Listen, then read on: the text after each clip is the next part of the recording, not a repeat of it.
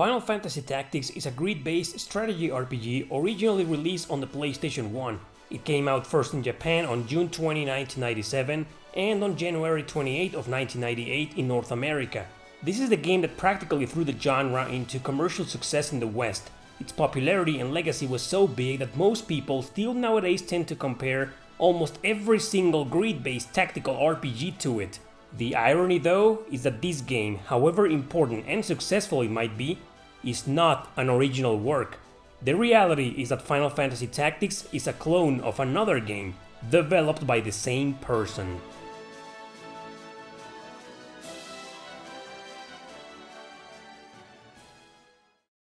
On April 20, 1990, Nintendo released a game called Fire Emblem Shadow Dragon and the Blade of Light, developed by Intelligent Systems. It was a huge commercial success in Japan, but unfortunately it stayed there for over 2 decades until its remake on the Nintendo DS. Fire Emblem took elements from Famicom Wars, also developed by Intelligent Systems, the tabletop games of Dungeons & Dragons, and also from System Soft's Master of Monsters. For its originality on mixing wargame strategy with RPG, Fire Emblem became the archetype of the genre and its first true pioneer. On December 13 of 1991, almost 2 years after the original Fire Emblem release, Sega tried to compete as usual.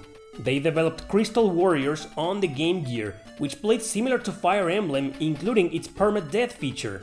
But it also had a different interface and a more basic plot. Crystal Warriors, however, was not successful, which is ironic considering it was localized in both North America and Europe the following year, unlike Fire Emblem. But that very same year, 1992, Sega also released another idea for a competition, Shining Force.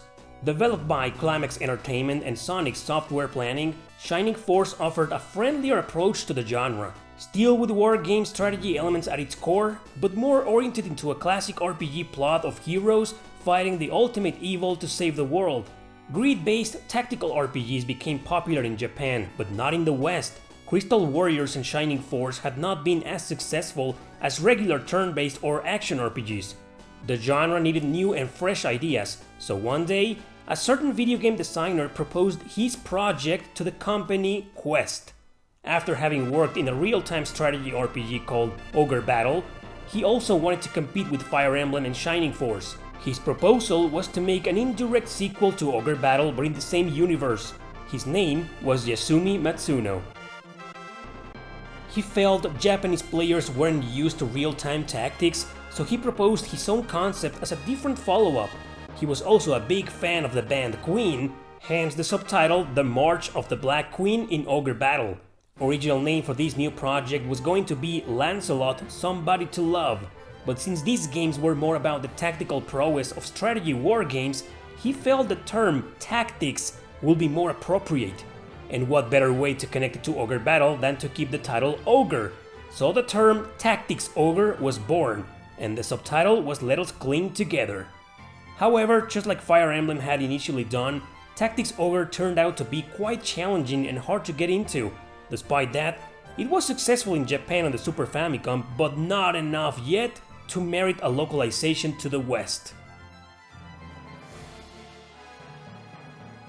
Tactics Ogre focused on a mature story during warfare, but with a gameplay relying on jobs and classes. Characters controlling the game could change classes, so the player wouldn't end up stuck with the predetermined class characters like in Fire Emblem or Shining Force.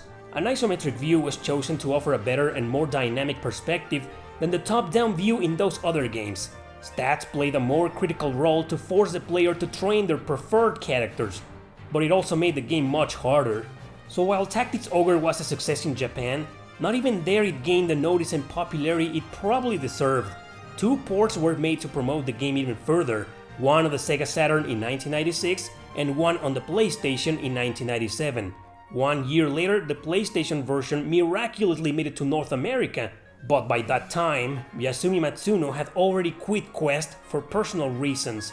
No one had really noticed the potential he and his ideas have had. No one except the most popular RPG company of the 90s, Squaresoft. Matsuno always wanted to make a sequel to Tactics Ogre. Squaresoft had noticed the popularity increase of grid-based tactical RPGs, so they wanted their own game to compete in the market, but also to take the genre back to North America. However, the IP Tactics Ogre still belonged to Quest, and Squaresoft didn't really want anything to do with it. Not only for that, but also because it just hadn't been a big commercial series. So how will they develop their own grid-based tactical RPG with an isometric view, and how will they make it successful enough to both regions of the world? By using the banner, the logo, the name, Final Fantasy.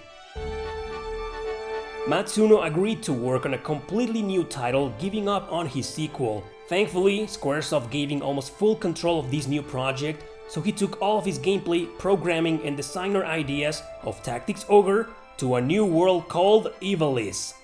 Final Fantasy Tactics turned out to be easier to understand and get into than Tactics Ogre, but the difficulty and the challenge remained almost intact.